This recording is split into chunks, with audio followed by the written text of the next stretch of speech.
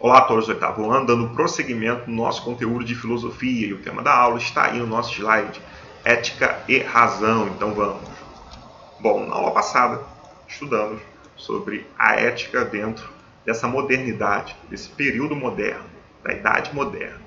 A Idade Moderna vai do século XV ao século XVIII e mostra assim a história do Ocidente. Vimos na aula passada que o Renascimento ele contribuiu muito para o desenvolvimento científico.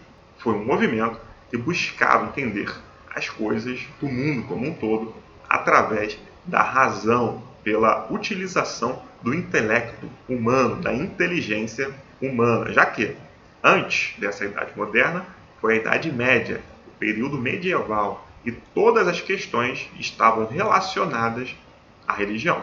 A ética deveria ser seguida através da religião, os padrões religiosos da Igreja Católica. Dentro dessa Idade Moderna, muitas coisas se modificaram. Por quê?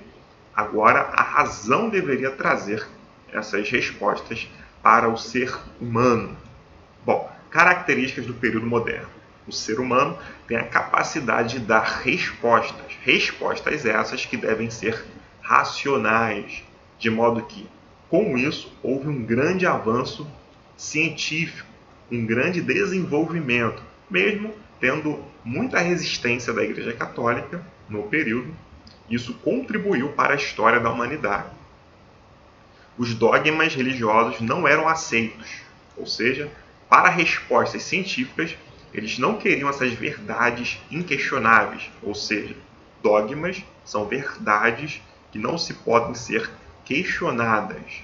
Então, eles queriam respostas científicas para as questões e problemas que eles estavam vivenciando. Eles quem? Os pensadores renascentistas, esses intelectuais que passaram assim a seguir essas ideias renascentistas. Também, outra questão, tentativa de provar a existência de Deus de forma racional. Então, existiam pessoas que buscavam fazer isso, filósofos que buscavam provar a existência de Deus racionalmente. Como também, como eu falei muito aqui durante essa introdução, a valorização da razão. A razão passou a ser o centro de todas as coisas. Tanto é que a gente chama isso de antropocentrismo, ou seja, o ser humano passa a ser a medida de todas as coisas. Tudo tem que ser pelo ser humano, através dele e por meio desse ser. Isso tudo aconteceu dentro desse contexto do pensamento da modernidade. Na Idade Média, a ética era guiada, sim, pelos padrões religiosos, pela Bíblia. Na Idade Moderna, essas coisas passaram e se alteraram, e eles buscaram, assim, através da razão, avançar dentro do conhecimento humano. Um grande filósofo francês e matemático contribuiu muito com seu pensamento na modernidade. A filosofia dele estava ligada com a base segura de ter um conhecimento. O objetivo era buscar essa base, mas também ele contribuiu muito com pensamentos em relação aos valores, à ética como um todo, a princípios, coisas que contribuem para o desenvolvimento do ser humano, a fim que o indivíduo viva em harmonia social com as outras pessoas, buscando assim ser melhor a cada dia. Eu coloquei uma imagem onde mostra uma mente com as suas engrenagens, ou seja, dentro desse período moderno, a razão foi o alvo principal desses pensadores, desses filósofos. Então, a ética, sim, ela foi se adequando a esses pensamentos desses filósofos. Filósofo moderno. Bom, René Descartes, ele dizia que a alma tem suas paixões, ou seja, paixões originais, que seriam a admiração, o amor, o ódio, o desejo, a alegria e a tristeza, sendo que essas paixões levariam ao ser humano ou a coisas positivas ou a coisas negativas. De modo que Ele levantava uma delas como sendo a paixão mais equilibrada e primordial para o indivíduo, que seria a admiração. Por quê?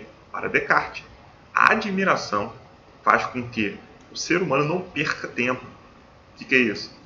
Ela impede que o ser humano venha conhecer aquilo que não importa. Quando se tem essa admiração, se busca conhecer. E ele chamava isso que essa admiração é a mãe da sabedoria.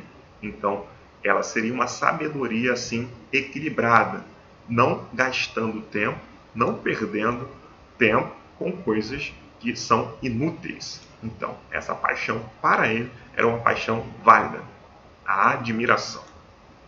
Quando a gente fala em modernidade também, dentro desse contexto, claro, tem a ver com aquilo que é novo. Então essas ideias elas foram novas e as pessoas foram se adaptando a essa ética utilizando a razão.